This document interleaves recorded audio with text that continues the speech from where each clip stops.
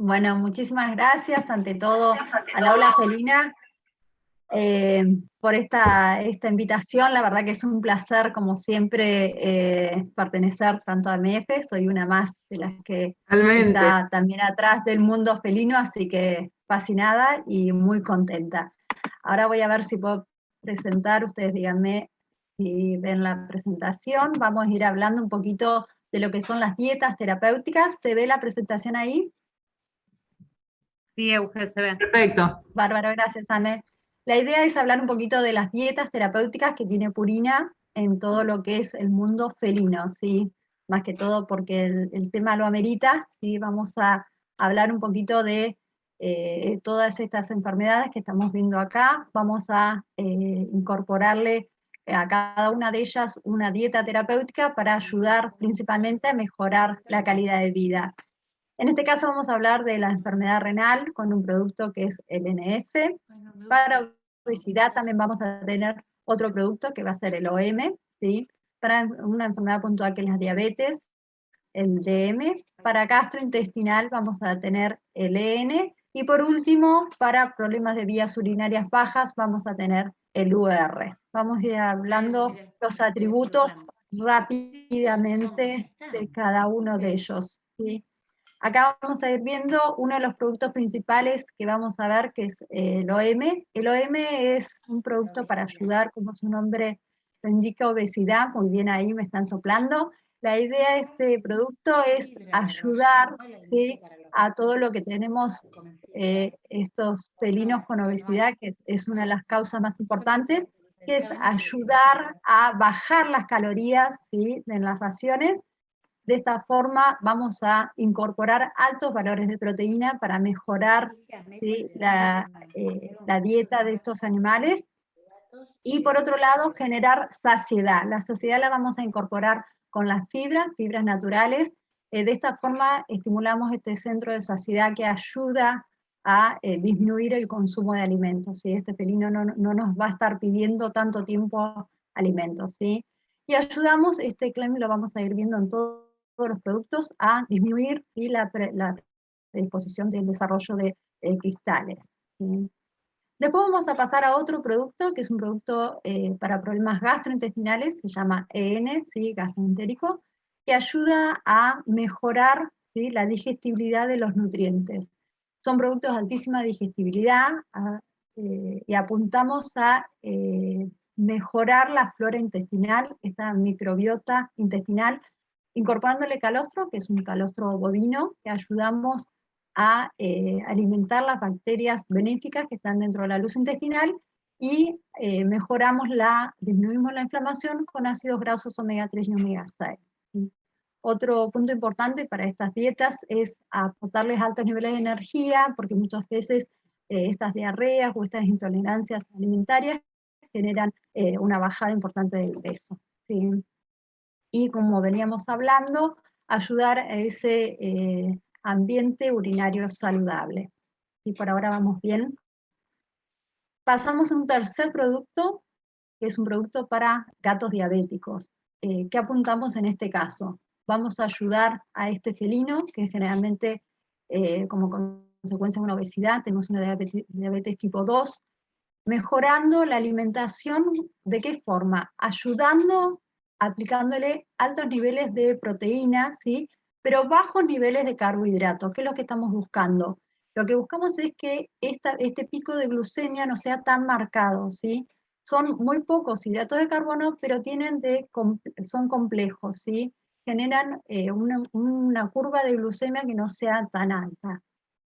A partir de ahí también vamos a estar administrando vitamina E a altos niveles para evitar este estrés oxidativo que producen estas células, y altos niveles de omega 3 para bajar la inflamación.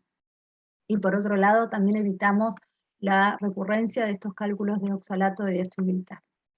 Acá vamos a hablar de dos productos para enfermedad renal, ¿sí? Vamos a ver que va a haber un producto para un momento inicial de la enfermedad renal y un producto para unas fases más tardías, cuando la enfermedad renal ya es más marcada, ¿sí? Acá vamos a hablar de un early care, ¿sí?, una fase inicial, y una fase más avanzada de la enfermedad renal con el advanced care, ¿sí? Nosotros nos apoyamos en todo lo que es la estadificación de iris, donde vamos a ver los valores de creatinina plasmática, y a partir de esto vamos a dividir en 4 etapas. Vamos a hablar de una etapa 1 y etapa 2, donde los valores de creatinina plasmática llegan hasta 2,8 miligramos por decilitro, o también si tenemos los valores de SDMA, donde nosotros tratamos de, en este caso, ayudarlos con un alimento de una fase inicial de enfermedad renal. Y después, una vez que ya pasan estos valores, donde entramos a una etapa 3 o etapa 4, avanzamos hacia una fase de enfermedad renal más tardía, indicando el segundo producto. Acá están los 2 productos, con las diferencias. Principalmente lo que vamos a ver que en una etapa inicial la restricción proteica es reducida, ¿sí? Al principio generamos una moderada bajada de proteínas con un 33% de proteína, y una vez que la enfermedad se hace más avanzada, ¿sí? Restringimos muchísimo más la proteína, generando un 22% de proteína. Otro pilar muy importante en este caso es restringir todo lo que es el fósforo para ayudar a enlentecer todo lo que es el deterioro renal. Aplicamos omega 3, controlamos el sodio y enriquecemos con un mineral fundamental como es el potasio y la vitamina B, que el riñón no la estaría generando. Entonces ahí vamos viendo qué estadio de enfermedad renal sería indicado para cada uno de estos alimentos. ¿Por ahí vamos bien? ¿No se me durmieron? Van bien.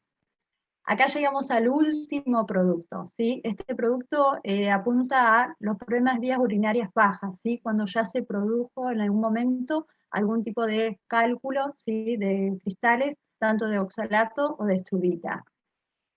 En este caso lo que vamos a ayudar, que es uno de los puntos más importantes, es promover la ingesta de agua. Creemos que este felino, como ya sabemos, son malos bebedores de agua, y es por esto que estimulamos con el aumento de sodio al mayor consumo de agua. El mayor consumo de agua va a diluir esa orina, va a evitar el desarrollo de cristales, y por último va a fomentar la mayor diuresis, ¿sí? Ayudamos a bajar la grasa, ¿sí? Y incorporarla en menor caloría. Bien. Y fundamentalmente, como todo lo que son los productos de ProPlan, tenemos proteínas de altísima calidad, fuente de carne fresca como primer ingrediente.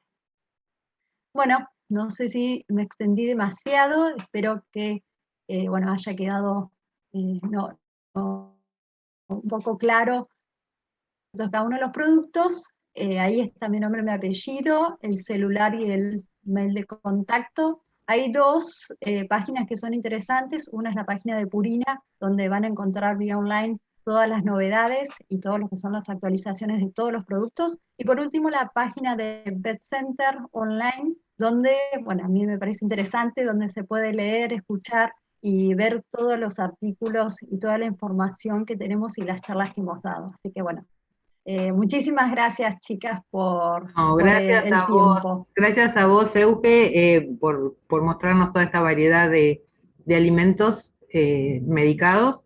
Ahora, esta página, ¿cuál es de las 2? Porque vos mostraste ahí 2 páginas web, la que tiene los artículos. Sí, la de los artículos es vetcenter.online, es la que tiene todos los artículos. Hay todo lo que son webinars, las charlas que se dieron. La verdad que es re completa, tiene información técnica. La verdad que es muy interesante. Creo que mañana empieza un curso de microbioma, ¿puede ser? Que lo vi. Sí, puede ser. Me llegó Exactamente. estoy suscripta y me pareció súper interesante. Así que si Sí, pueden entrar y hacer ese curso está muy bueno, muy bueno. fundamental, la verdad que es re interesante. Qué genial. Gracias. Euge, mil gracias. Y Gracias bueno, a ustedes. seguimos adelante vamos a presentarles ahora a otra colega muy querida, la doctora Juliana Stalzer. Gracias, hola, buenas noches. Hola Juliana, buenas noches, del laboratorio Zoetis, que nos ha acompañado durante todo el curso y que también tiene novedades para contarnos. Así que, bueno, Juliana, adelante. Bueno, antes que nada, muchas gracias.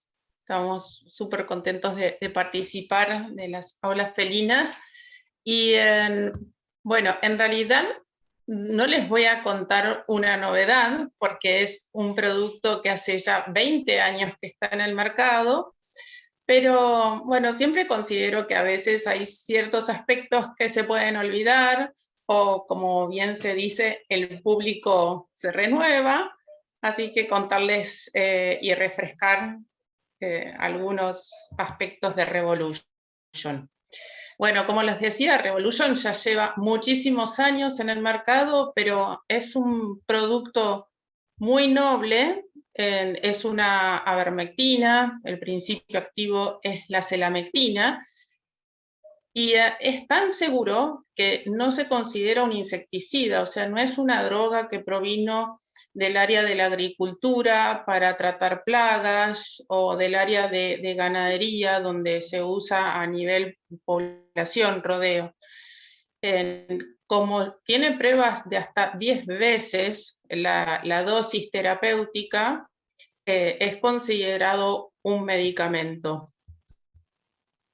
De por sí es la única avermectina que se desarrolló para usarse específicamente en perros y en gatos. Se puede utilizar a una edad muy temprana, ya a las 6 semanas. Y en general las 6 semanas coinciden los 45 días con la primera consulta. Y muchas veces se optan por otros productos para pulgas que por ahí no tienen el nivel de seguridad. Entonces, puede resultar una excelente alternativa. Y otra ventaja es que no hay límite inferior de peso. A mí me contactan mucho los colegas diciendo, tengo un caniche de 700 gramos, ¿lo puedo usar? Y sí, se puede usar sin inconvenientes, tanto en perros como en gatitos de muy bajo peso. Y a su vez tenemos la aprobación, Pfizer, porque se desarrolló cuando era todavía Pfizer. En ese entonces hacía pruebas para hembras preñadas y lactantes. Hoy en día se cambió el concepto porque, bueno, algunas pruebas no cumplen por ahí con lo que el laboratorio busca para bienestar animal, pero en el caso de Revolution está la prueba y se puede usar tanto en hembras preñadas como en lactantes. Bueno, el mecanismo de acción de Revolution es el mecanismo que tienen todas las avermectinas, ¿no? Generando una parálisis en los parásitos, pero la gran ventaja que tiene, y a veces se considera una pipeta spot-on, que él queda al principio activo sobre la piel, y no es así. El producto se absorbe muy rápido, entre media o una hora, por lo cual ya no hay ningún tipo de riesgo después de ese tiempo de que al pasar el tutor, la mano por el pelaje del gato, quede producto en nuestra piel y le saquemos producto al animal o pueda generar alguna reacción. Esta absorción rápida se hace a través de la piel, el producto pasa a sangre y después queda acumulado en las glándulas sebáceas, ¿sí? Por eso es que continuamente toman contacto los parásitos externos a través de las glándulas sebáceas y también queda acumulado en los folículos pilosos, ¿sí? Entonces queda como un reservorio y va continuamente liberándose producto. Como es un producto que no queda en la piel, no hay inconvenientes de que ese animal tome contacto con el agua. No va a ser tan común que uno bañe los gatos, sabemos que no es habitual, pero en el caso de los perros, que incluso se tiran a piletas o hay gente que los baña muy seguido, no hay ningún inconveniente porque el producto está reservado en las glándulas sebáceas. El espectro que tiene para gatos a nivel de parásitos externos cubre tanto pulgas como sarna otodéctica, y en el caso de parásitos internos vamos a tener una buena cobertura para Toxocaracati, para Ancylostoma tubeforme y para filarias, ¿sí? Que no es un tema menor en los gatos y sabemos que está bastante subdiagnosticado. En cuanto a las presentaciones de Revolution, bueno, de todas las presentaciones, 2 las podemos utilizar en gatos. ¿Sí? En este caso, van a ver que esta presentación, que es la más chiquita para gatos de menos de 2,5 kilos, que es esta que ven acá, de color rosado, también es la que se utiliza para perros de menos de 2,5 kilos. Es exactamente el mismo producto, ¿sí? Es una selamectina al 6%, ¿sí? Y son solo 0,25 mililitros. Gracias a Dios, hoy en día el tubito es un tubito transparente, ¿sí? Tiene una tapita que se destapa como antes destapábamos en general los dentífricos y se coloca solo en la base del cuello, ¿sí? Incluso en las presentaciones de perros, que llegamos a la más grande con 2 mililitros, se coloca solamente en la base del cuello, no se debe repartir en varios lugares. Pero el volumen es muy chiquitito, incluso mucha gente piensa que vino vacío. Ahora, como el tubito es transparente, se pueden ver las gotitas y el volumen bajo. Entonces, en gatos resulta conveniente de que no se chorree porque enseguida se lamen, así que eso no va a pasar. Y la presentación que va de 2,6 a 7,5 kilos, con la cajita azul, que es esta, son 45 miligramos de selamectina y son 0,75 mililitros. También es un volumen muy bajito. Como verán en las presentaciones para perros, lo único que cambia en las presentaciones que van de 2,6 kilos para arriba es la concentración. En vez de ser una selamectina del 6%, es al 12%. No se modifica la fórmula, entonces no tenemos ese riesgo de que si la pipeta del gato se la pusieron al perro o al revés, que suele ser lo más serio, si la pipeta del perro usaron en el gato, no va a haber ningún tipo de riesgo, ¿sí? Entonces, bueno, ese también es un punto a tener en cuenta, que no hay riesgo de intoxicación en los gatos. Así que bueno, era eso lo que tenía para refrescarles. Y bueno, nos vemos nuevamente el 2 de noviembre para cerrar ya el ciclo con la próxima vez con las máquinas que tenemos ahora nuevas para hacer análisis en las veterinarias, ¿sí? Así que bueno, muchas gracias Marité y Amelia. No, Muchas gracias vemos a la vos. próxima. y buenísimo, porque sí es cierto, si bien no es una novedad, Juliana, porque hace mucho que está este producto, a veces no lo tenemos tan en cuenta, siendo que es, como vos dijiste, muy noble, muy seguro, especialmente en gatitos y en hembras preñadas, es una excelente opción, así que buenísimo que lo trajiste a colación hoy. Refresh. Bueno, muchas gracias. Buenas noches. Muchas gracias. Muchas gracias, buenas noches, chicas.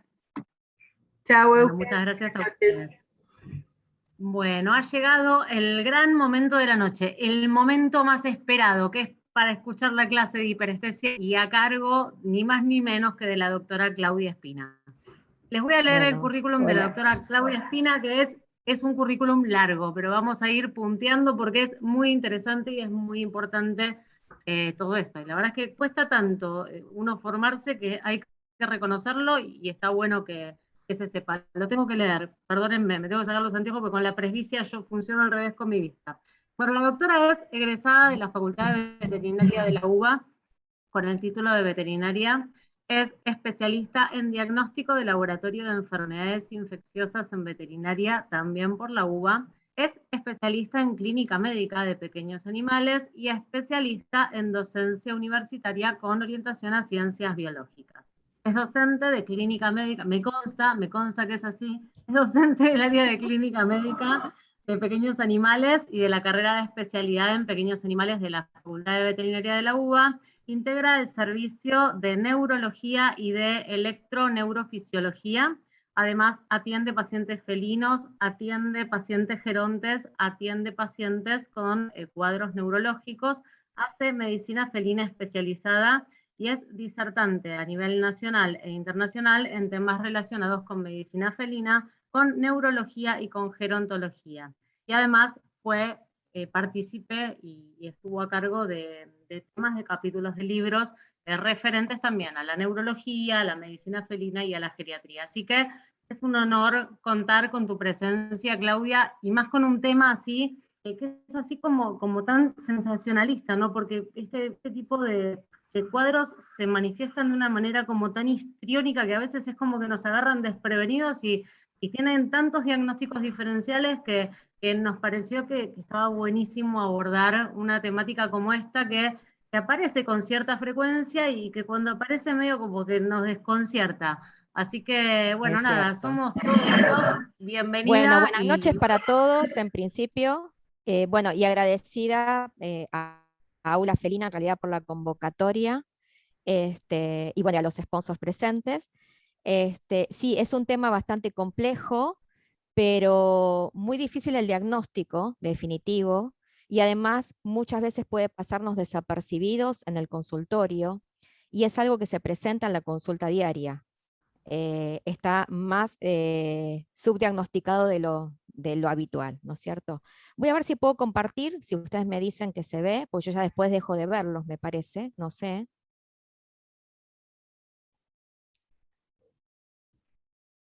Ahí podemos ver. Perfecto. ¿Se ve? Excelente. ¿Me escuchan en este tono? Perfecto. Bien.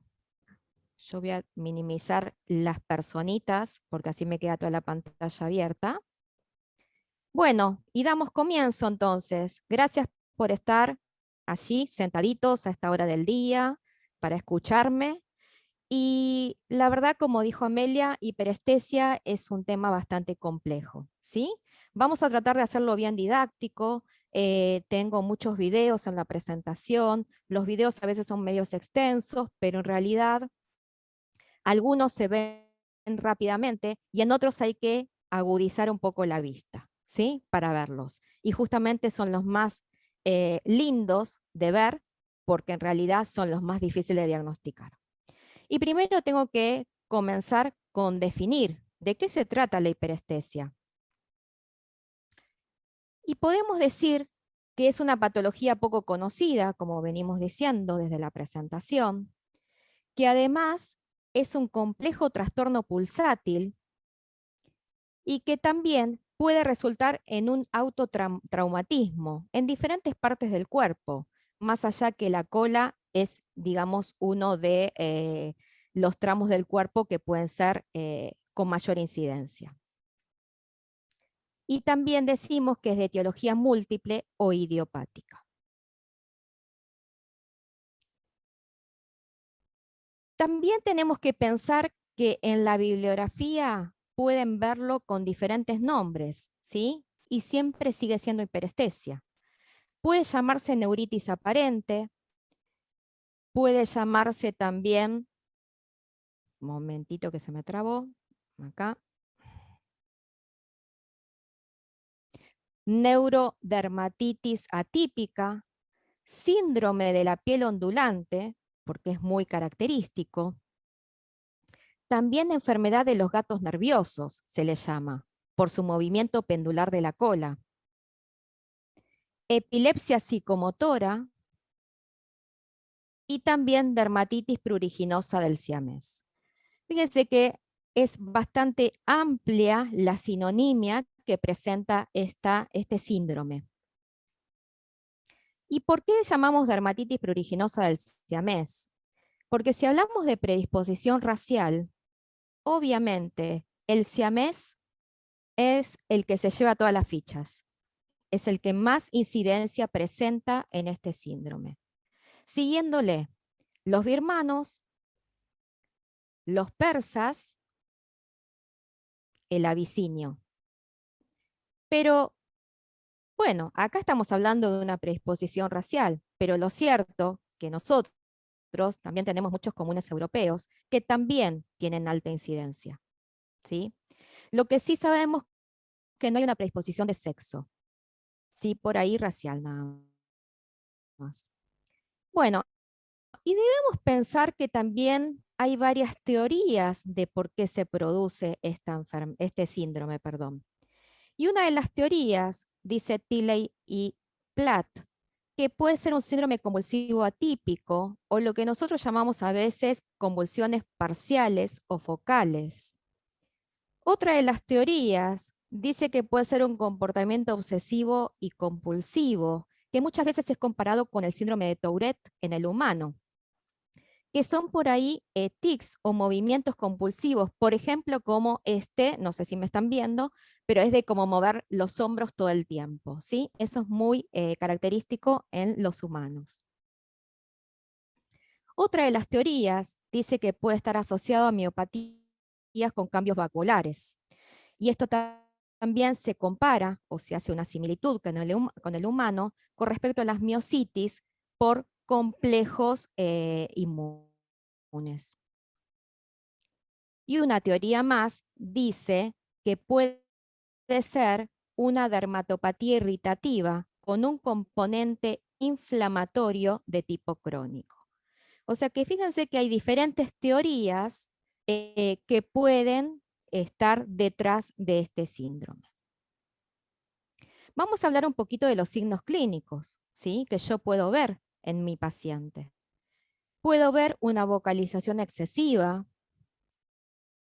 una midriasis sin, digamos, causa aparente, ¿no? Episodios de salto y carrera, son esos gatos que salen de repente como expandidos a correr por toda la casa.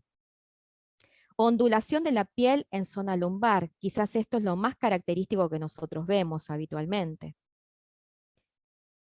Una persecución de la cola.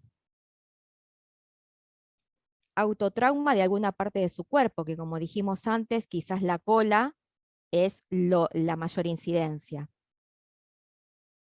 Como también agresividad repentina hacia objetos y hacia personas, ¿sí? También alucinaciones, parece como que el gato está viendo algo que nosotros no vemos. Movimientos pendulares de la cola. Y también desorientación, comicción incontrolada y defecación. Fíjense la variedad de signos clínicos que pueden estar presentes en nuestro paciente. Y quizás no todos están presentes en un mismo paciente. Puede ser presentarse alguno de estos signos clínicos únicamente individuales. Acá vamos a ver algunos de los casos. Fíjense la piel bien ondulante, lo más característico que vemos.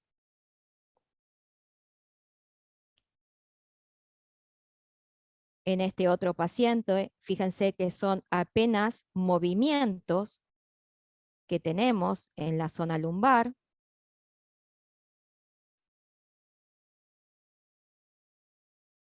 Y en este va acompañado de movimientos de la cola, ondulaciones del lomo, es el mismo de arriba, ¿sí? Es el del primer video.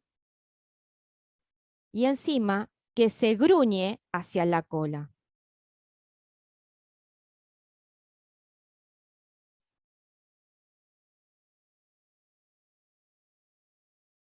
Fíjense que está gruñendo a su misma cola.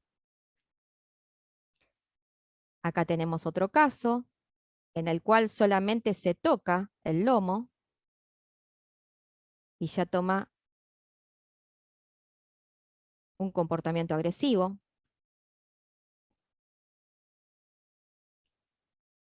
Entonces tenemos que pensar que solamente esta palpación quizás o caricia que hacemos en la zona lumbar, esa reactividad o hiperreactividad que se presenta, se llama alodinia. ¿Y esta alodinia a qué se refiere? Es un dolor inducido que normalmente no son dolorosos. Y muchas veces se compara con el humano, que la presentación más frecuente es simplemente el dolor del roce de la sábana, ¿sí? Y también podemos decir y hablar de una aloquinesis, que se refiere a la sensación o componente de rascado evocado por un estímulo que normalmente no es pruriginoso, o mejor dicho, llamado pruriceptivo. Con respecto al dolor, tenemos que clasificarlo y tenemos que pensar que según su duración puede ser agudo o crónico, que según su mecanismo de acción puede ser nociceptivo o neuropático, que la localización me va a clasificar en localizado o difuso, y que con respecto a la intensidad puede ser leve, moderado o severo. Bien, pero ¿qué sucede? Nosotros podemos tener un dolor agudo, que es la consecuencia inmediata de la activación de los sistemas nociceptivos, que se manifiesta generalmente después de una lesión que puede ser tisular, somática o visceral, pero generalmente es autolimitado. O sea, se termina el estímulo y esto desaparece, ¿sí? Mientras que el dolor crónico, más que un síntoma, es de una lesión que puede considerarse en sí mismo como una enfermedad. Y se define como el dolor que persiste al menos por un mes luego de haberse terminado el estímulo. Generalmente es por ausencia ya de una lesión periférica, e incluso de ausencia, ¿no es cierto? Bien, cuando hablamos de mecanismo de acción, hablamos de nociceptivo. El nociceptivo decimos que es el dolor normal, el dolor fisiológico, en el que responden el organismo evitando o interrumpiendo, por supuesto, la lesión que se produce. Este estímulo, que puede ser desde el punto de vista somático, ¿sí? Somático hablamos de piel, de músculos, de articulaciones, o visceral. Recuerden que no todas las vísceras responden al dolor. Pero ¿qué sucede? Este dolor nociceptivo se puede transformar en un dolor neuropático, el cual decimos que es anormal o patológico. Generalmente es el resultado de un manejo incorrecto del dolor o quizás no diagnosticado ese dolor. Con lo cual se transforma entonces en el dolor neuropático. Bien, si hablamos de la neurofisiología del dolor, por supuesto que desde el momento que hay un tejido dañado hasta la percepción del dolor, se produce una serie de eventos fisiológicos, el cual se llama nocicepción. Uno de los primeros eventos es el de transducción, que el proceso es que el estímulo nocivo son convertidos en potenciales de acción. Luego le sigue una transmisión. La transmisión significa que es el potencial de acción se propaga de manera centrípeta y ascendente hacia el sistema nervioso central y al sistema nervioso periférico. Mientras que le sigue una modulación en el que la transmisión es atenuada por diferentes mecanismos. Y por último, vamos a tener la percepción del dolor, que no es más que la integración de la transducción, transmisión y modulación, que interactúan con la psicología del paciente para crear una experiencia emocional. Con lo cual, esta percepción puede ser muy subjetiva, es decir, va a variar entre las especies y además intraespecie. Es muy, como dijimos antes, individual la respuesta. Bien, habiendo hecho un pantallazo general, tenemos que pensar que existe la escala de Grimas para gatos, que lo que van a evaluar es el dolor. Y acá existen 5 unidades de acción, que van a ser la posición de las orejas, la apertura orbital, la tensión del hocico, posición de los bigotes y posición de la cabeza. Entonces, voy a tener que en un gato ausente de dolor, Las orejas van a estar hacia adelante, los ojos abiertos, el hocico relajado con forma redonda, bigotes relajados y curvos y una cabeza sobre la línea de los hombros. Y vamos a ver en los siguientes tramos que se van a separar las orejas y se van a hacer más aplanadas, se van a quedar los ojos más achinados, parcialmente abiertos y generalmente entrecerrados, como también los bigotes levemente curvos y la cabeza alineada hacia los hombros o encorvada. Entonces fíjense que ya ahí tenemos bastantes datos que podemos observar en la fase de gatos evaluando el dolor. Bueno, habiendo hecho un pantallazo general, tenemos que hablar de cuál es la etiología de este síndrome. Como dijimos antes, puede ser bien variada. Si hablamos de una etiología dermatológica, tenemos que pensar que vamos a tener posiblemente una dermatitis alérgica por pulgas, que no es tan habitual en gatos, pero no debemos desestimarla. Siempre, obviamente, es más marcado en los perros esto. Además, una hipersensibilidad atópica, ¿sí? Como así también una dermatitis infecciosa. Y acá tenemos un paper en el que se relaciona una hipersensibilidad alimentaria con la hiperestesia, con el síndrome de hiperestesia, y hay un caso reportado. ¿De qué se trató este paper? En realidad, se presentó a la consulta un felino hembra de 3 años, el cual presentaba hiperreactividad, rascado, lamido y alteraciones de la micción. Directamente se hizo, por supuesto, estudios, no encontrándose ninguna alteración en análisis de sangre y placas, radiografías. Se comenzó a tratar con gabapentina, la verdad que con éxito, fue una buena respuesta, y al mes se comenzó con una dieta de eliminación, con lo cual se fue eliminando, la gabapentina se suspendió. El gato continuó con la dieta de eliminación hasta que en algún momento se fue a comer la comida del otro gato con el que convivía. Y ahí comenzamos desde cero.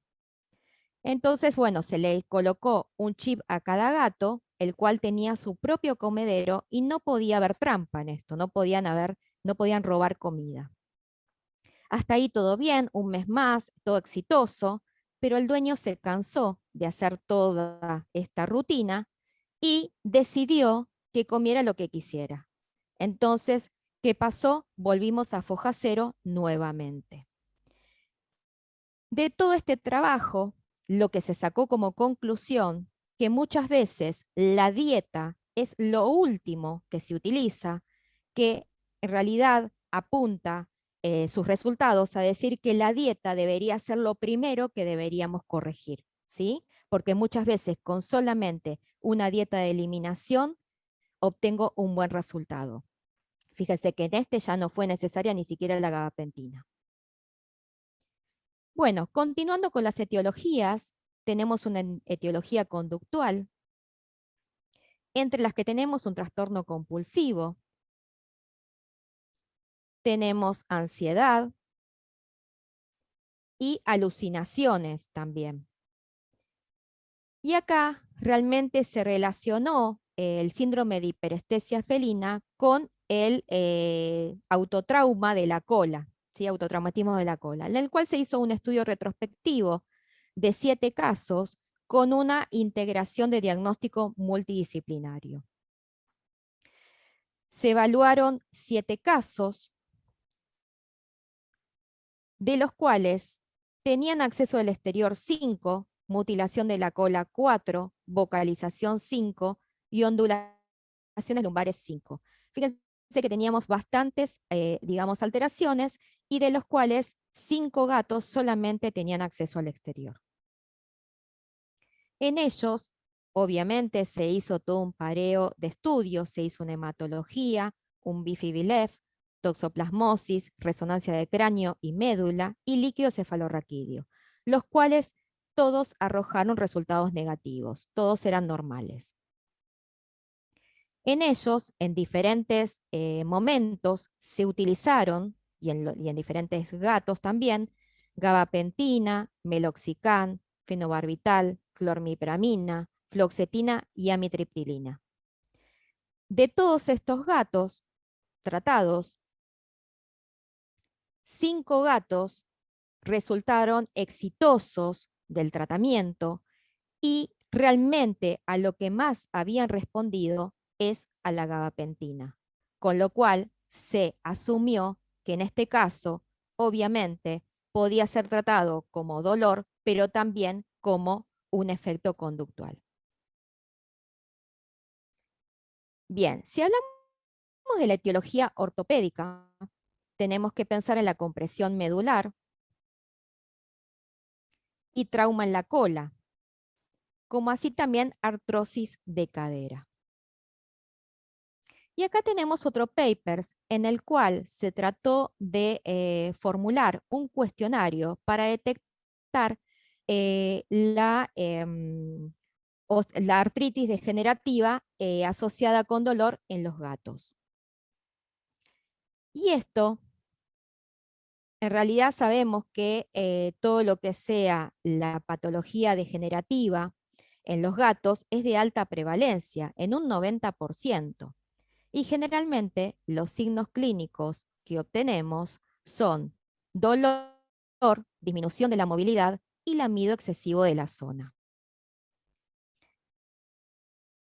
Pero, ¿qué pensaron? ¿Pensaron en la claudicación? Sí, porque lo más habitual que se presenta en los perros es la claudicación o quizás la disminución o el retraerse y no querer salir a pasear. Pero lamentablemente el gato no vemos esos signos. ¿Por qué? Porque el gato realmente es de interior y muchas veces no muestra por su propia personalidad muchos signos clínicos.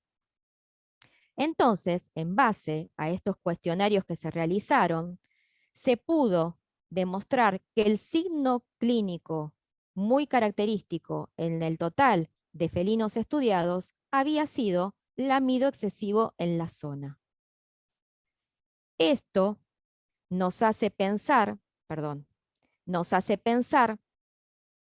en que muchas veces esta patología también es infradiagnosticada y generalmente esto también produce mucho dolor.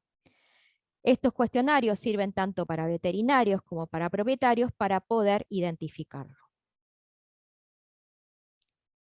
Y avanzando con la etiología neurológica, también podemos asociarlo con una epilepsia primaria, una epilepsia secundaria, como así también dentro de la epilepsia secundaria por patologías intracraneanas y patologías medulares. Ahora bien, tenemos en este trabajo en el que se asoció la epilepsia como posible etiología en 2 gatos. Recuerdan que era una de las teorías que teníamos en un principio. Y aquí fueron estudiados entonces estos 2 gatos, el cual, el felino número 1, presentaba mordida severa de flancos, extremidades y cola, mientras que el felino 2 presentaba posibles alucinaciones. Asociado a estos signos muy individuales de cada uno, ambos presentaban motilidad agresiva de la cola y también movimientos ondulantes en el lomo. Se hicieron estudios de resonancia magnética de cráneo, estudio de líquido cefalorraquídeo y electroencefalograma.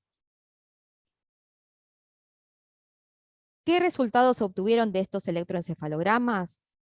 En el caso 1 tenemos que aparecen polipuntas de baja amplitud, perdón, de baja frecuencia y de alta amplitud, ¿sí? Que son los círculos que ustedes ven en rojo, como también puntas y ondas. Y también una disminución en su velocidad, como una ralentización, en todo lo que era la derivación temporal izquierda. Recuerden que cuando hablamos de electroencefalograma, todo lo impar es izquierdo, todo lo par es derecho. Mientras que en el caso 2, fíjense que muestra una actividad de fondo de baja amplitud con alta frecuencia, ¿sí? Si ustedes recuerdan comparado en el caso 1. Con algunas descargas de los usos de sueño donde están las flechas marcando. Y ondas focales agudas en relación a frontal y temporal, como marca el recuadro.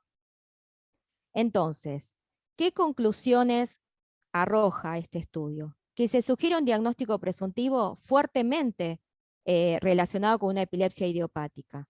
Eso podría ser la causa del síndrome de hiperestesia felina, pero sin embargo se necesitan más casos para poder confirmar estos hallazgos. O sea, se sugiere seguir investigando. Bueno, vamos a ver, ya que hicimos un pantallazo general, vamos a ver algunos casos clínicos. Aquí tenemos a Benito, un paciente del doctor Rigazzi, que fíjense que solamente por estimular el lomo, el gato hace unos lamidos sobre, en realidad, su manta. Ni siquiera se hace un lamido sobre él, lame la manta.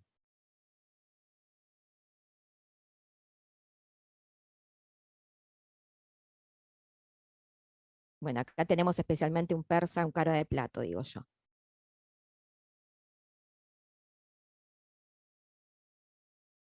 Y fíjense que es bien marcado. En realidad el examen neurológico no fue muy contundente porque el gato parecía ya saberse el examen y cerraba el ojo antes de la amenaza. Así que no fue muy apropiado.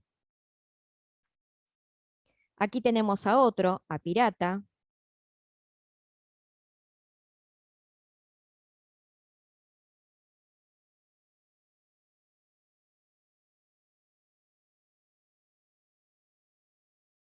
Pirata en realidad había pasado una semana de mucho estrés porque se había mudado y en realidad se había escapado durante 48 horas, no había aparecido por la casa hasta que lo encontraron en un rincón debajo de un árbol. Y acá tenemos a Tommy, que era el del lomo bien ondulante. Tommy vivía solo con su dueño hasta que vino la novia del dueño a vivir con ellos. Y es donde comenzó toda la signología.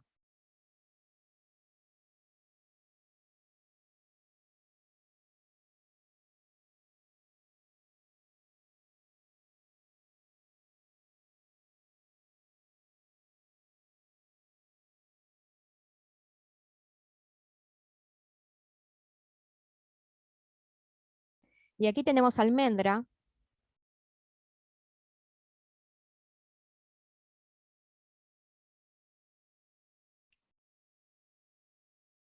que es un paciente que compartimos con la doctora Silvia Bay.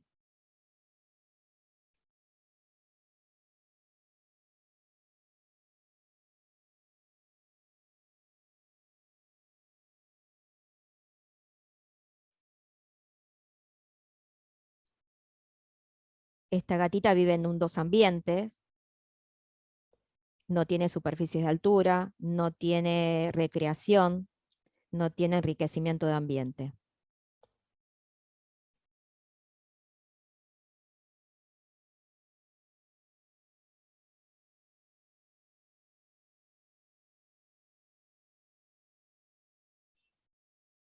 Tiene sus días, por supuesto, tenía sus días, unos días más intensos que otros.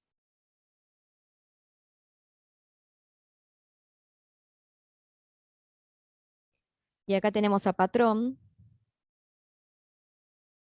que ni siquiera soporta que se le acerque el otro gato.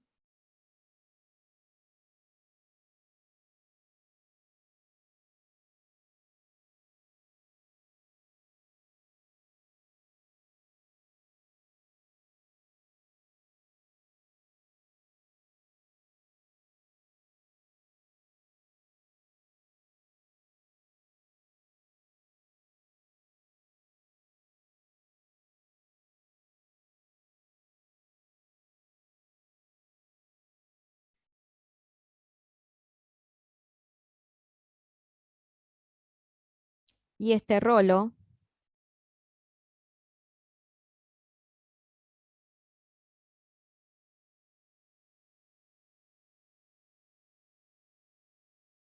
que ni siquiera dejaba que lo acaricien en el lomo. Y fíjense este negri. Si ustedes miran atentamente, las pupilas no solamente están midriáticas, sino que titilan, que hacen un pequeño movimiento de reducción, y es el lamido constante. Al lado Claudia, tenemos a todos. discúlpame. Sí, ¿Sabes qué? Yo no sé si vos lo ves igual que nosotros, se ve como en cuadros, viste, como cuadro a cuadro, viste, como cuando el video no termina de descargar.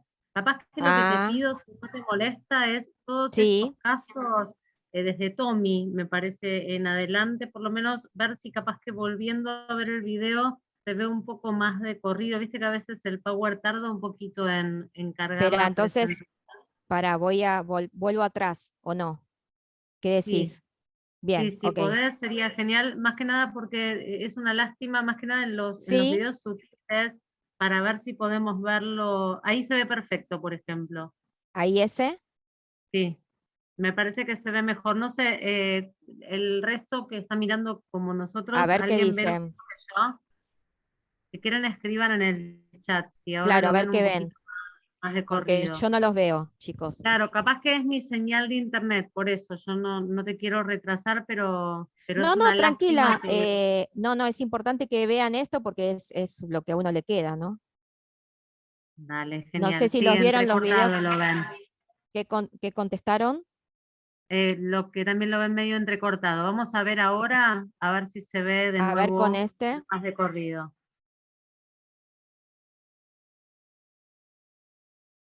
Este lo veo más de corrido. No sé si el resto también lo ve más de corrido. Ahora sí, ¿Sí? aparentemente.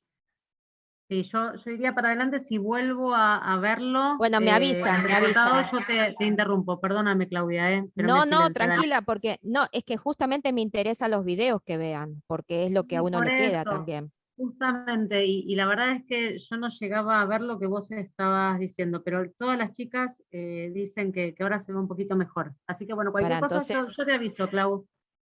ahí vemos, a ver. Y nada que ver, se ve mucho mejor.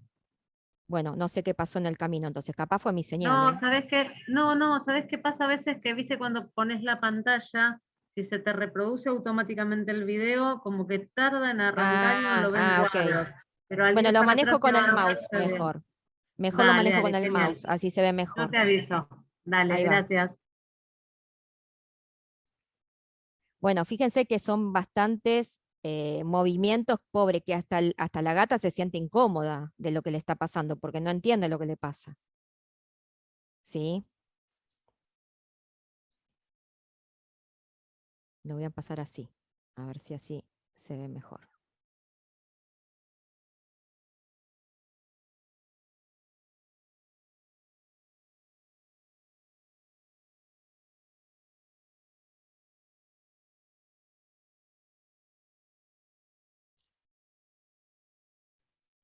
Yo en este también lo veo como en cuadros. A ver, este, este. Sí, No, ese. entonces lo tengo que pasar con el mouse, ahí está. Lo tengo que pasar con el mouse sí o sí. Ahí va. Ahí, Amelia, ¿lo ves o no? Yo lo sigo viendo como en cuadros, pero capaz que es mi señal. A ver, veamos qué es lo que dice el resto.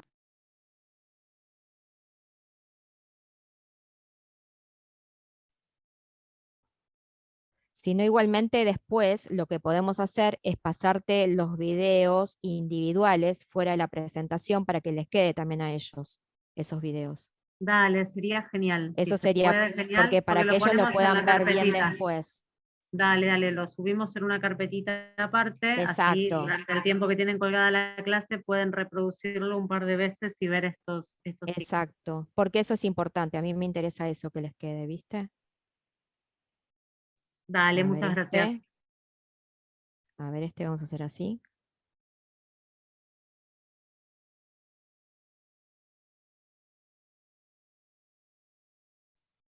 Se ve también en cuadros, Clau. Bueno, se ve que entonces o será mi señal, pero yo tengo buena señal, no sé. Igual No, estoy con el posiblemente mouse sea ahora. la carga de video, ¿eh? Debe ser la Ah, carga, debe ser un power muy pesado, lo que porque pasa es tiene que tiene muchos mucho videos y video, hace claro. eso, claro, claro. Mm.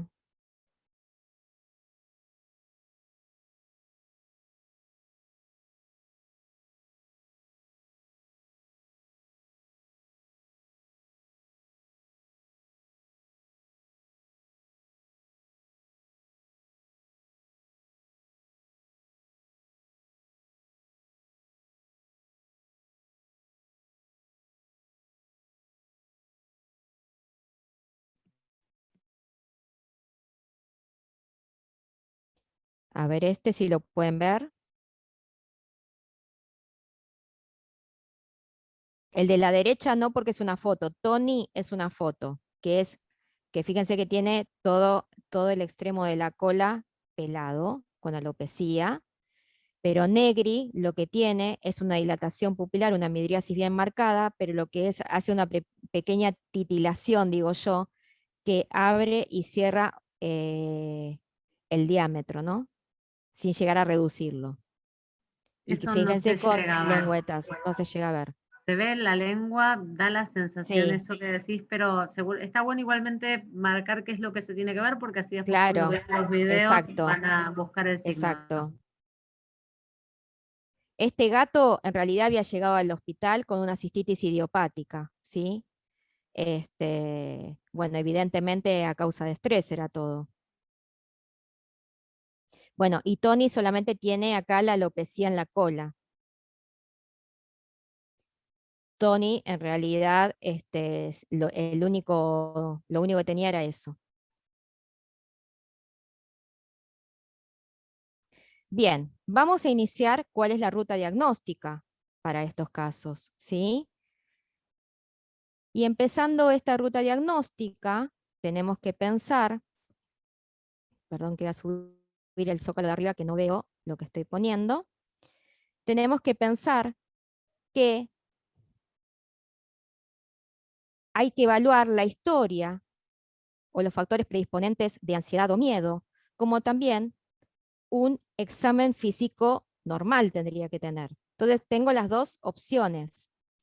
Mientras que si tengo una historia o factores predisponentes que me pueden generar ansiedad o miedo, tengo que evaluar el comportamiento. Y si el examen físico realmente es normal,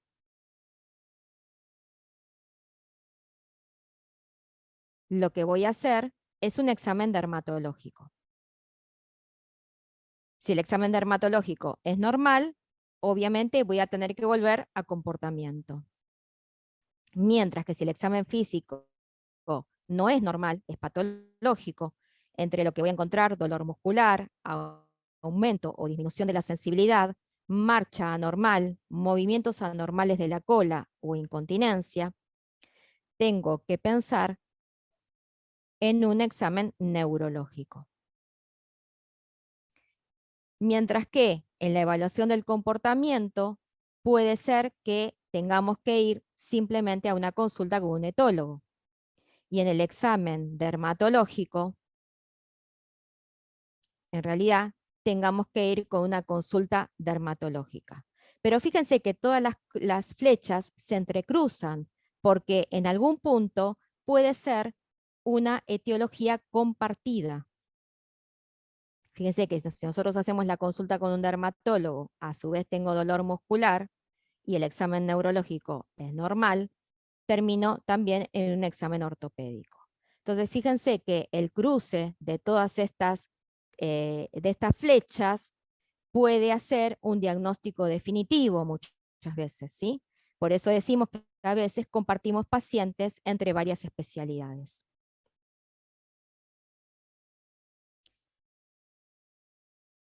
Bien.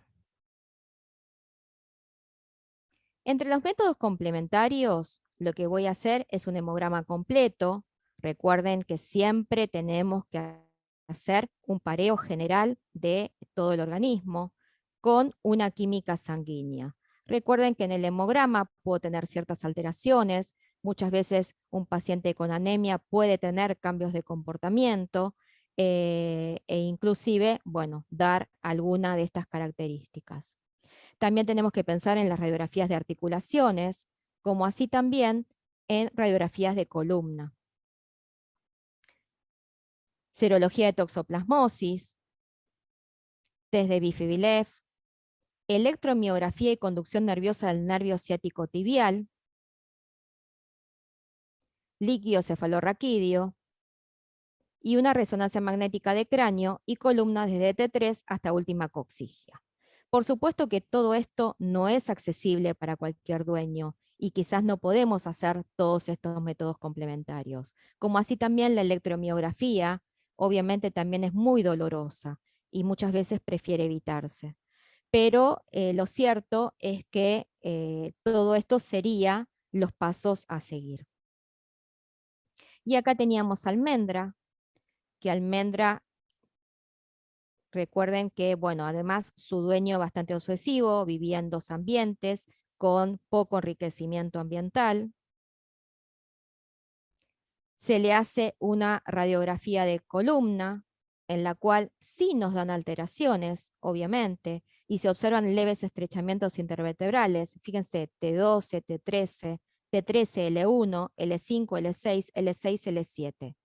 Pero lo cierto es que no justificaba quizás la signología clínica porque eran leves los estrechamientos.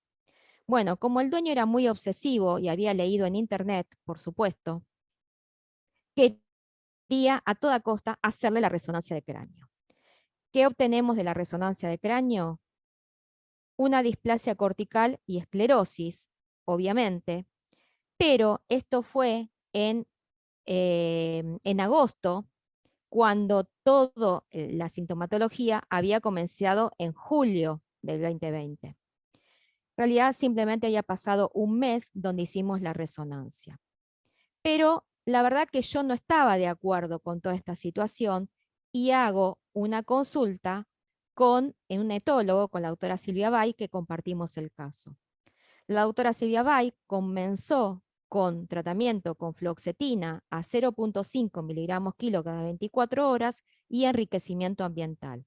Lo cierto que ahora, ya pasado varios meses, se comenzó con la reducción de la fluoxetina, se quedó solamente con el enriquecimiento ambiental, y de pasar a la sinología clínica diaria, en realidad los episodios se presentan cada 2 a 3 meses, con lo cual eso, la verdad, está diciendo que su mayor componente era el comportamiento. Más allá que había lesiones que podían producirlo, pero lo real era problema de comportamiento.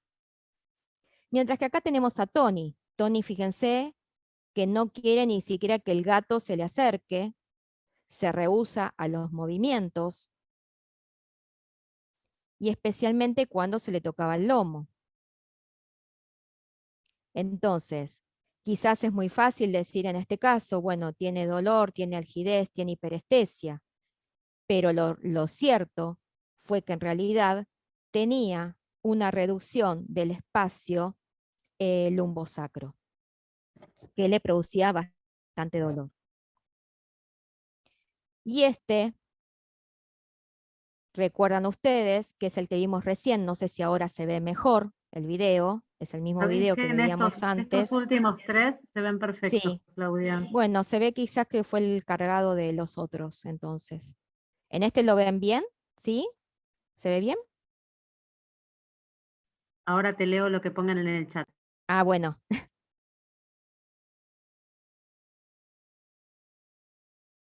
Perfecto. Y acá teníamos a Tony. Claudia, se ve perfecto. Sí. Bueno, perfecto. Tony no es un video, ¿eh? Tony es una foto de la cola, que en realidad que había llegado a su casa un cachorro a la casa y encima de Border Collie. O sea que eso había producido este cuadro. Bueno, visto todo esto, tenemos que pensar si hacemos una intervención farmacológica a todo esto. ¿La realizamos o no la realizamos? Lo que primero hacemos es un relevamiento del ambiente, en primer lugar, si realmente chequeamos todo y todo nos da negativo. ¿Qué vamos a relevar del ambiente? Realmente si hay la cantidad de bandejas sanitarias suficientes por la cantidad muchas veces de gatos presentes en la casa. Porque eso también es una situación de estrés. La convivencia con otros animales, realmente si hay una armonía con esta convivencia o no, o hay un dominante. Las superficies de altura, si tiene algo, un mueble, la heladera, algo para que se pueda subir el gato, nada más, o un estante, ni siquiera necesita un rascador e invertir. Respeto de su lugar, si el gato tiene un lugar para dormir, un lugar para comer y un lugar en donde su bandeja sanitaria no esté en el camino de toda la casa, ¿sí? Que cada cosa en su lugar y sea respetado su lugar. Como también la dedicación e independencia también de este gato. No se olviden que con la pandemia estos casos han resurgido realmente y tuvimos bastantes casos. Primero porque muchas veces el gato vive solo todo el tiempo en la casa y el dueño solamente venía a la noche. Ahora, obviamente, con la pandemia estuvieron más invadidos en su terreno, ¿sí? Y por otro lado, que el gato es muy independiente, ¿sí? Y por último, contacto con el exterior. Cuando hablamos de contacto con el exterior, no necesita salir el gato explícitamente, sino al menos tener una ventana para comunicarse con el exterior. Mirar los pájaros, mirar un árbol, ¿sí? O mirar la gente pasar por la ventana. Eso solamente hace que el gato eh, se baje su estrés y realmente la pase mejor. Entonces, si hicimos el relevamiento de ambiente y vemos su evolución, ¿fue favorable o no tanto? Entonces, en ese caso, hay muchas medicaciones o mucha farmacología que podemos utilizar. Los más usados son los antiepilépticos, y entre ellos el fenobarbital, que usamos una dosis de 2,5 a 4 miligramos kilo cada 12 horas. Como así también podemos usar el diazepam a 0,2 miligramos kilo cada 12 horas. De los dos, si yo tuviese que elegir, obviamente voy a elegir el fenobarbital. El diazepam mucho en los gatos no me gusta usarlo, primero por su efecto adverso, ¿sí? Y además porque produce un acostumbramiento que generalmente no obtengo mucha mejoría. Si hablamos de fenobarbital, tenemos que tener en cuenta que en el gato no tiene quizás los efectos secundarios tan marcados hepáticos como puede ser en un perro. Entonces, ya no se ve tan marcada digamos, la afección hepática. Y por otro lado, también tenemos que pensar que siempre el fenobarbital debe darse no mezclado con la comida, porque disminuye en un 10% su absorción, sobre todo bien marcado en el gato. Y otra de las cosas que podemos evaluar como efecto adverso del fenobarbital en el gato es su acción sobre la hormona antidiurética, con lo cual muchas veces puede presentar polidipsia y poliuria. Pero muchas veces usamos ayudantes analgésicos como la gabapentina y la pregabalina. La gabapentina a 2,5 a 5 miligramos kilo cada 12 y la pregabalina de 1 a 3 miligramos kilo cada 12 a 24 horas. De ambos, lo cierto que para mí, yo la que más uso es la pregabalina, generalmente empiezo con 1 miligramo kilo cada 12 o 24, según necesidad, y eso se llama titular el paciente, es decir, encontrarle la dosis justa para el mismo. Lo cierto que la gabapentina tiene una latencia mayor, con lo cual tarda más en hacer su efecto. Y la pregabalina tiene mayor potencia de las dos. Como moduladores de la conducta, aquí hay varios que podemos usar.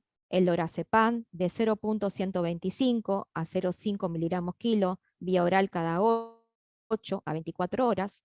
La buspirona de 0,5 a 1 miligramo kilo cada 12 horas.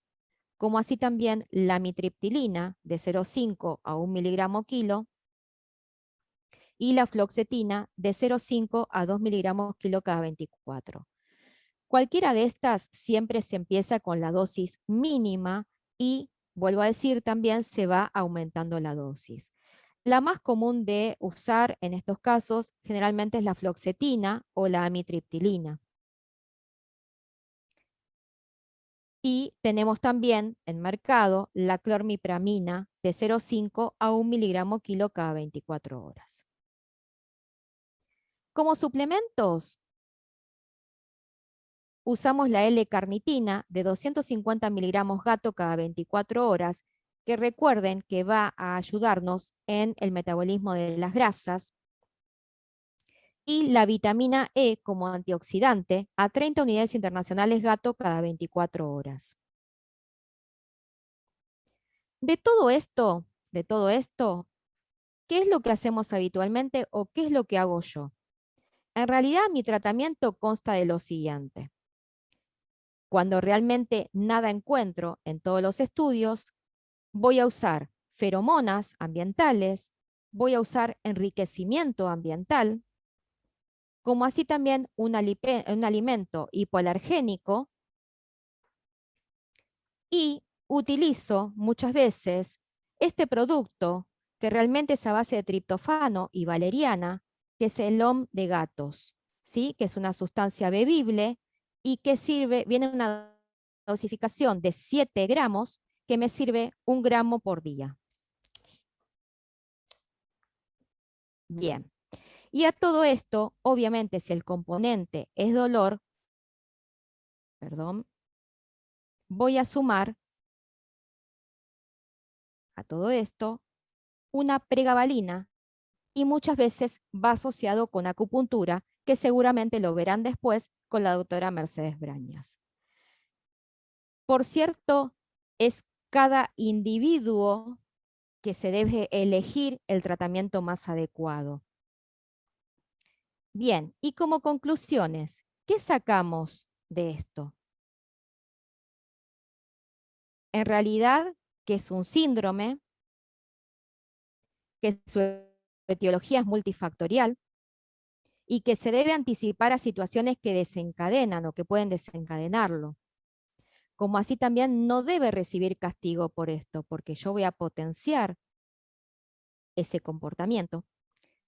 No hay fármacos que respondan el 100%, como tampoco hay dieta que respondan el 100%. Y los propietarios deben ser informados correctamente sobre el pronóstico del paciente, ¿sí? Aclarando que realmente esto puede mejorar, pero no desaparecer. Bueno, la verdad que espero haber podido ser clara y haber dado un pantallazo general a este síndrome, que es bastante frecuente, si ustedes ven los videos, en nuestra práctica diaria, y que muchas veces no le damos la importancia o no llegamos al diagnóstico definitivo de la misma, ¿sí? Así que bueno, gracias por estar ahí.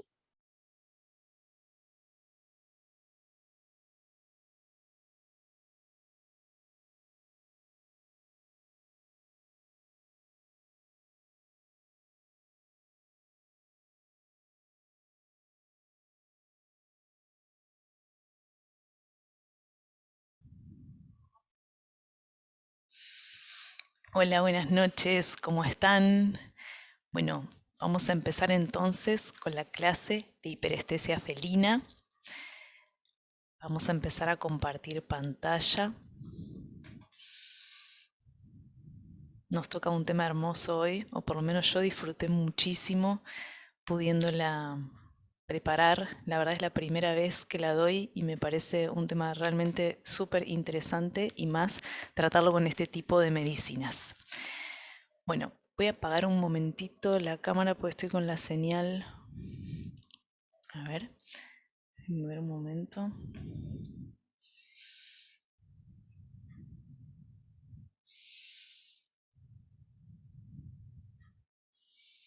Ahí está. Bueno, vamos a comenzar con lo que es hiperestesia felina, ¿sí? Todos habremos escuchado alguna vez este tipo de problemas en los felinos no es que sea algo muy común, pero de vez en cuando nos toca en el consultorio, ¿no es cierto? Y así como vemos en la foto, nos puede pasar encontrar un gatito que se presente con esta actitud, que vemos que hay una actitud de alerta, de desconfianza, de que algo está sucediendo. Entonces, ¿qué es la hiperestesia? La hiperestesia es el aumento anormal, doloroso de la sensibilidad táctil. Pero algo que es muy interesante, que es una sensación. Y esto es importante que lo tengamos en cuenta. No hay daño real de las fibras nerviosas. Entonces, la hiperestesia es un trastorno de la percepción, ¿sí? Percepción, que consiste en la distorsión sensorial por un aumento de la intensidad de las sensaciones, en la que los estímulos, incluso los de baja intensidad, se perciben de una manera anormalmente intensa. Entonces, esta distorsión sensorial que lo lleva a sentir de forma muy intensa las sensaciones, incluso aquellas que pertenecen a estímulos muy bajitos. Y esto es muy importante tenerlo en cuenta, ¿sí? Y ahora me gustaría que marquemos la diferencia para no confundirlo lo que es la hipoestesia ni la parestesia. Entonces, la hipoestesia consiste en una disminución de la sensibilidad, ¿sí? Es justamente lo contrario de la hiperestesia. La parestesia sería una sensación anormal de los sentidos y se traduce en una sensación de hormigueo o adormecimiento. Y estas alteraciones se producen por patologías en cualquier sector del sistema nervioso central o periférico. Por regla general, los gatos que padecen hiperestesia, chicas, experimentan la mayoría de las sensaciones desagradables a través del tacto, aunque existen algunos casos que están afectados también el sentido de la vista y el de la audición, ¿sí?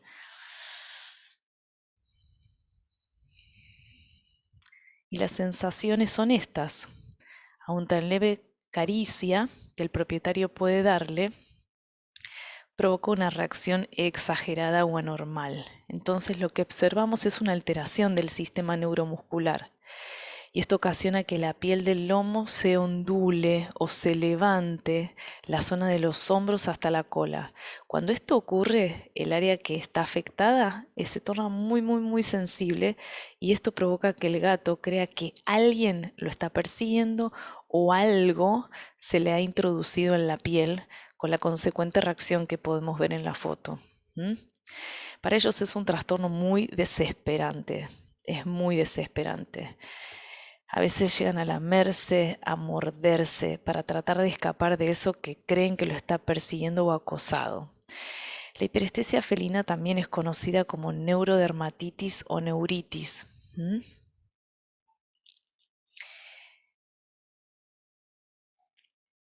Ahora vamos a ver un poquito con la foto que estamos observando este gatito blanco que está teniendo una convulsión, pero quería aclararles que en general la hiperestesia se manifiesta por periodos de varios minutos de duración. Durante esos minutos el gato presenta una serie de síntomas y cuando el episodio acaba su comportamiento vuelve a ser completamente normal, ¿sí? Entonces es muy importante tener en cuenta esto. Y el estrés es capaz de iniciar este trastorno, sobre todo cuando es provocado por un estado constante de nerviosismo. A veces tiene que ver con los ambientes en donde viven, donde hay mucho ruido o ruidos muy fuertes o un ambiente demasiado tenso. Y ahí vamos con la foto que estamos observando. Algunos estudios relacionan la hiperestesia con la epilepsia. Pues muchos gatos durante los episodios de hiperestesia también convulsionan. Esto es para tener en cuenta. En mi caso particular no me ha sucedido esta combinación, pero está escrita en los libros. Ambas enfermedades tienen que ver con una perturbación de los impulsos eléctricos cerebrales. Existen también algunas dermatopatías, ¿sí? como las picaduras de pulgas, las infecciones o deficiencias alimentarias que causan hiperestencias, además de los trastornos compulsivos. Como vemos en la foto acá, este gatito naranja. Observen la alopecia que tiene todo en la zona del flanco derecho, a nivel de la rodilla y del muslo. Comienzan a lamerse en forma repetitiva la zona del lomo, la cola y llegan incluso a automutilarse, con tal de luchar con esa sensación tan desagradable que tienen. Y muchos de ellos, lo que sucede es que tratan no solo de morder, sino que atacan su propia cola, pues no la reconocen como suya, como propia. Los tics, la pérdida de pelaje en los sitios donde se levanta la piel y las heridas son muy comunes de ver, sobre todo por las mordidas que ellos mismos infligen.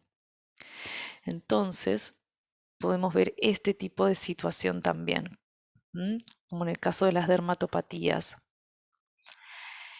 Durante esos episodios también es muy común que el gato ande correteando y salte por la casa con una sensación de miedo, con una midriasis, dando la sensación de que tiene alucinaciones, parece que enloqueció. Y es posible que empiece a vocalizar ruidosamente y que las pupilas se dilaten.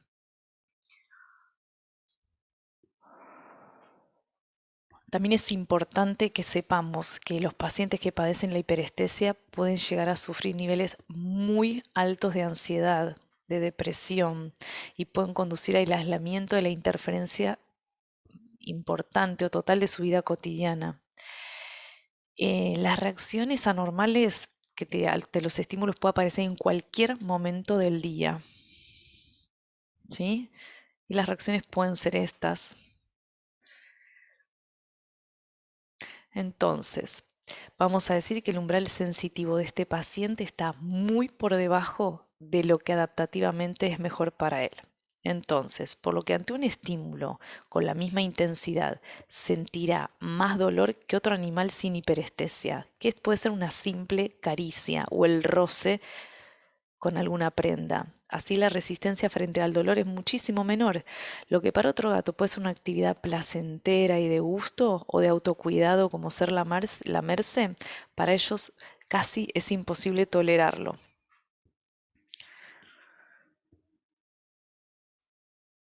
Entonces se dice que las variables que el estímulo sea considerado como negativo son intensidad del mismo, la rapidez con la que se presenta o el número de estímulos. Entonces, ¿por qué es importante esto? Primero porque es una manera de educar al dueño cuando estamos bajo un tratamiento con un paciente así, que es importante que las caricias deben ser muy suaves, deben ser lentas, porque la rapidez con la que se presenta también desencadena más rápidamente la reacción. Y el número de estímulos, o sea que deben ser pocas caricias, no es acariciarlo y acariciarlo y acariciarlo, sobre todo la mano sobre el lomo. Entonces es una parte del tratamiento educar al dueño en este conocimiento.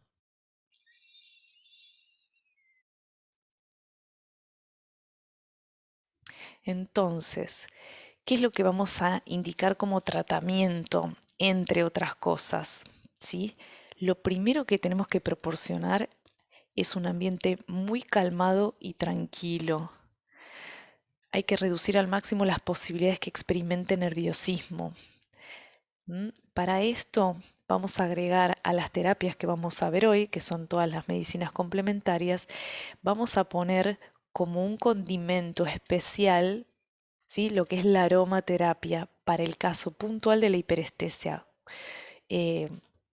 Cubre un papel fundamental en el tratamiento. Entonces, cuando hablamos de aromaterapia, que en su momento le mandé a la doctora Gisbert algo de información para ustedes, es importante que el producto que usen sea de muy buena calidad, ¿sí?, que sea natural y de muy buena calidad. No se colocan directamente sobre el animal, sino en hornito eléctrico o con velita. Y la planta que se lleva todas las flores, en este caso es la lavanda, y la podemos combinar con la melisa, ¿sí? Los aceites esenciales de lavanda y melisa son los ideales por su alto poder de relajación que provocan en el animal y ayudan a la liberación de endorfinas. Debe haber también un lugar relajado para dormir, la posibilidad de acceder con facilidad a su alimento. Todo debe ser facilitado para este tipo de pacientes. Su cajita sanitaria debe estar en un lugar donde nadie lo moleste, ¿sí? Eso ayuda muchísimo a disminuir los episodios. Entonces, tenemos que saber en qué hogar vive el gatito, cómo es su ritmo de vida y proporcionarlo dentro de las condiciones familiares donde se encuentra, que esto que acabamos de nombrar, estos factores, sean cuidados. En ocasiones es probable que se requieran analgésicos o algún tipo de medicación alopática, además de los medicamentos para curar cualquier tipo de herida presente en la piel, que ya sea autoinfligida o por una misma dermatopatía. ¿Vamos bien hasta ahora? Bueno, entonces podemos observar estas reacciones, ¿sí? Estas situaciones. Ellos están en permanente alerta, en permanente estado de alerta. El sistema simpático está en funcionamiento mucho más tiempo de lo que sería recomendable. Por eso las terapias complementarias que vamos a ver ahora son altamente eficaces, porque dentro de las que vamos a nombrar, la acupuntura y la osteopatía activan el sistema parasimpático. Por eso la misma sesión, más allá de localizar el punto exacto, estimulan la normalización del sistema neurovegetativo. Asimismo, la terapia neural tiene un funcionamiento similar. Entonces, sabemos que las medicinas complementarias las podemos llamar alternativas, tradicionales o naturales, o las no convencionales. Y lo importante en estos casos puntuales no es quedarnos solo con las alternativas, sino hacer una medicina integrativa. Es una medicina orientada a sanar que consideramos al individuo en su totalidad, incluye todos los aspectos de su vida. Por eso nos tenemos que adentrar en este tipo de pacientes, en cómo está conformada su familia y cuáles son sus hábitos de vida para hacer las acomodaciones necesarias que van a influir muchísimo en el tratamiento.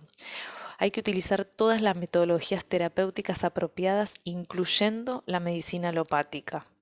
La complementaria y las terapias que son poco convencionales también sí nos sirven, como hablamos recién de la aromaterapia, que en esta es la primera vez que las nombramos como muy importante, que ayudan muchísimo. Al igual que las feromonas, es otro factor súper importante para poder considerar y tomarlo como posibilidad. Entonces, ¿a qué nos vamos a referir hoy? A la acupuntura, a la fitoterapia, a la osteopatía y a la terapia neural. Vamos a empezar con la osteopatía. Un trabajo muy interesante que he realizado con los pacientes que me ha tocado tratar con hiperestesia es la liberación miofacial. Es una técnica que se utiliza para tratar todas las disfunciones del sistema miofacial que causan dolor o falta de movilidad en alguna zona del cuerpo y tracciona de otra. Entonces vamos a recordar que la fascia es un tejido conectivo que envuelve los músculos, los huesos, las articulaciones, las vísceras y todas las estructuras nerviosas vasculares. Protege y mantiene toda la estructura del cuerpo unido, ¿sí? Es como un envoltorio, como un film, y le da la forma que tiene al cuerpo. De forma que todas las fascias del cuerpo están unidas en una sola red, van tomando nombres diferentes según la región anatómica a la que estén asociada, y este tiene un gran contenido de colágeno, porque es tejido conectivo, que puede llegar a sufrir un acortamiento o un endurecimiento en alguna zona, generando determinadas fuerzas de tracción sobre otras y restricciones en la movilidad, con la consecuente aparición de dolor. Entonces, la técnica de liberación miofacial aprovecha las propiedades coloidales del colágeno para influir en forma de la fascia y liberar todas las restricciones que no permiten que este colágeno presente y preservar su verdadera estructura. Entonces, las distintas técnicas de liberación son técnicas suaves, manuales, vamos a recordar, y hay que trabajar con mucha suavidad, e ir trabajando sobre todo en las zonas donde se suele ondular el tejido, que tiene que ver, están siempre asociadas a zonas de columna. Hay casos, por ejemplo, si hubo en algún momento una fractura o una fisura a nivel del fémur, recordemos que, por ejemplo, el músculo psoas se inserta en la cara interna del fémur y llega hasta la lumbar 1 y 2, con lo cual, con una tracción a nivel facial desde ese músculo, puede provocar una tensión intermitente y dolorosa facial a nivel de la columna lumbar, con la consecuente conexión a nivel de cabeza y sacro. Entonces acá, un poquito más cerca, se trabaja muy suavemente, percibiendo el tejido, y después liberando los puntos terminales, como decíamos recién, cabeza y sacro. Es muy importante terminar el trabajo ahí. Y vamos haciendo foco en cada paciente en las zonas que son más importantes a tratar, sabiendo siempre que en la osteopatía trabajamos con la percepción a nivel de las manos. Vamos encontrando las restricciones a nivel de las manos. Y vamos a ver un poquito los beneficios de la osteopatía, ¿sí? Sabemos que mejora el dolor y elimina las contracturas musculares que pueden estar provocadas por la repetición de los síntomas en este caso. Favorece la circulación sanguínea, mejora la oxigenación de los tejidos y mejor drenaje de todas esas sustancias acumuladas. Y lo más importante es que nos transforma este círculo vicioso en uno beneficioso. Los tejidos se revitalizan en esas zonas donde hay tensión y disminuye la tumefacción, recupera la movilidad. Se liberan también muchas endorfinas durante la sesión y la serotonina, que ahora vamos a hablar cuando hablemos de acupuntura. Entonces, vamos a pasar un poquito a la acupuntura, que ya las introducciones las estuvimos haciendo en clases anteriores, así que hoy me voy a enfocar directamente en lo que nos interesa para lo que es la hiperestesia, ¿sí? Entonces, juega un papel importantísimo, como sabemos en el proceso de salud de enfermedad, el sistema nervioso, ¿sí? No solo en la acupuntura, sino en general. Y lo que tiene es que ser el responsable del mecanismo de acción de la acupuntura. Lo que hace es promover los niveles de liberación, aumentar los niveles de liberación de endorfinas, que vamos a recordar que lo que hacen es inhibir en forma presináptica todos los impulsos dolorosos. Y otra cosa es que regula la serotonina en el cerebro. Recordemos que la serotonina tiene un rol importantísimo en el estado de ánimo y en el humor, lo mejora. Y además de los aumentos de GABA. Las endorfinas es importante que recordemos que son péptidos que actúan a nivel central y bloquean todos los receptores opiáceos, y esto hace que disminuya la percepción del dolor y de ese efecto potente analgésico que dura días. Y está demostrado que esto, la concentración de estas mismas endorfinas, son las que aumentan notablemente cuando hacemos una sesión de acupuntura. Acá tenemos un paciente, no sé si llegan a ver bien las agujas.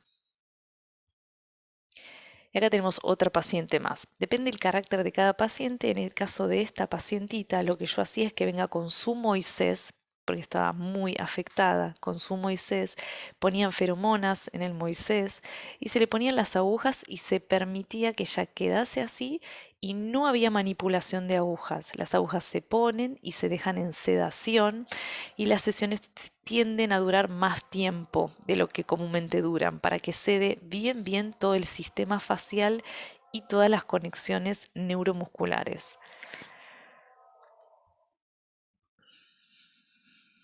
También tenemos la posibilidad de hacer electroacupuntura, pero en realidad nunca es de primera elección en las primeras sesiones. Esto es cuando ya tenemos un efecto interesante ya dado por la osteopatía o por la acupuntura misma. Podemos hacer alguna sesión de electroacupuntura, que recuerden que en las agujas se adosan los clips donde pasa una pequeña corriente eléctrica que trabaja como electroanalgesia.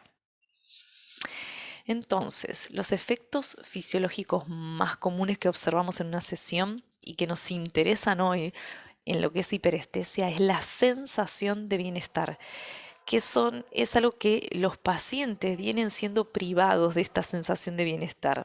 Les da un gran alivio en cuanto al dolor. Y como la osteopatía también mejora la circulación, reduce la inflamación y todo lo que son las contracturas musculares. Y vamos a recordar también lo que la glándula pituitaria y el hipotálamo son los responsables de la liberación de endorfinas y neurotransmisores. Por lo tanto, el proceso que comienza con un estímulo en una zona específica del cuerpo termina con la liberación de todas las hormonas que alivian el dolor y el efecto cada vez en cada sesión va prolongándose en el tiempo. Eso hace que podamos espaciar las sesiones de semanales a quincenales a mensuales. Vamos a pasar ahora a lo que es la terapia neural, que también ya hemos hablado en las clases anteriores, ¿sí? Sabemos que es un método diagnóstico y terapéutico y lo que buscamos sí es identificar interferencias o cortocircuitos en el organismo. Las lesiones en los tejidos recuerdan que generan como una interrupción en el flujo de la información a través de este sistema neurovegetativo.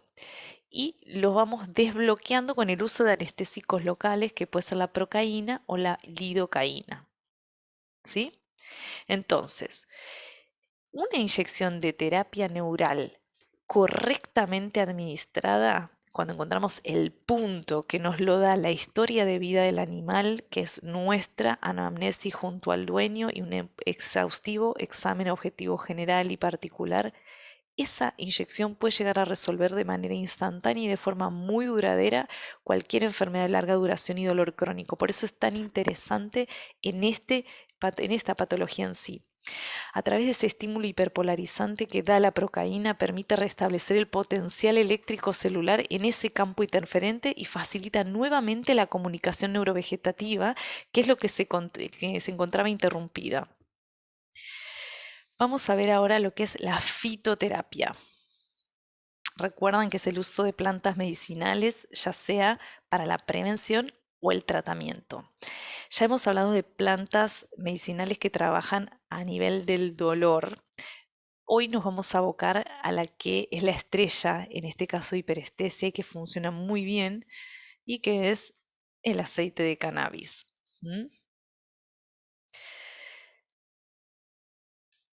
Recordamos que es analgésico, antiinflamatorio, antiespasmódico, ansiolítica, que es súper importante en estos casos, induce el sueño, o sea que activa el parasimpático, es protectora y reparadora de todo el tejido nervioso, o sea que por eso le digo que es la reina de las plantas para la hiperestesia y la vamos a tener muy presente, ¿sí?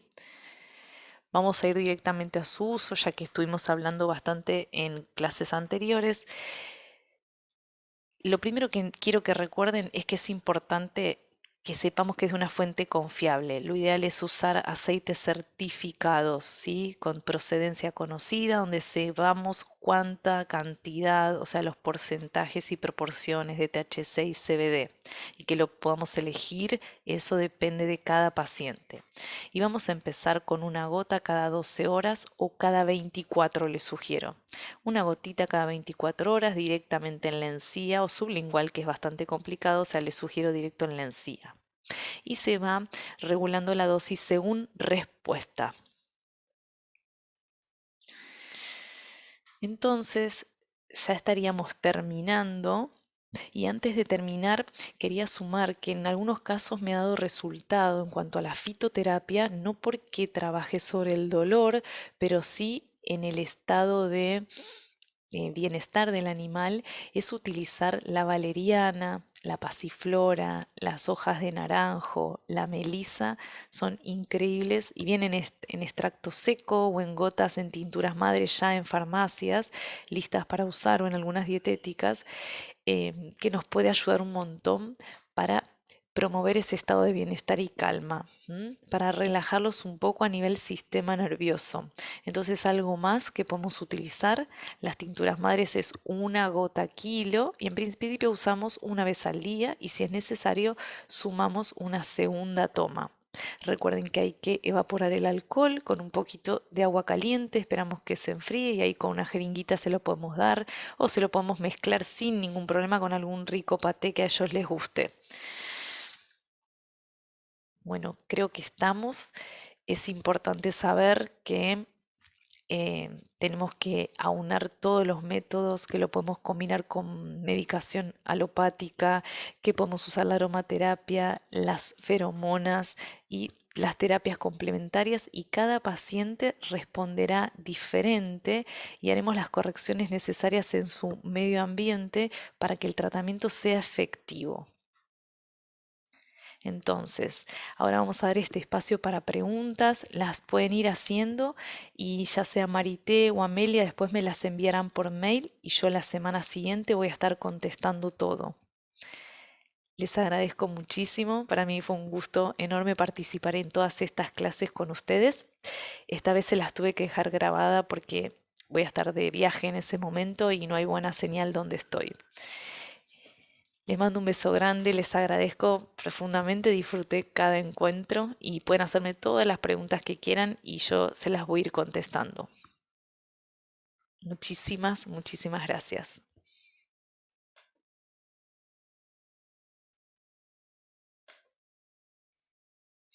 Que estén muy bien y nos vamos a ver pronto, estoy segura.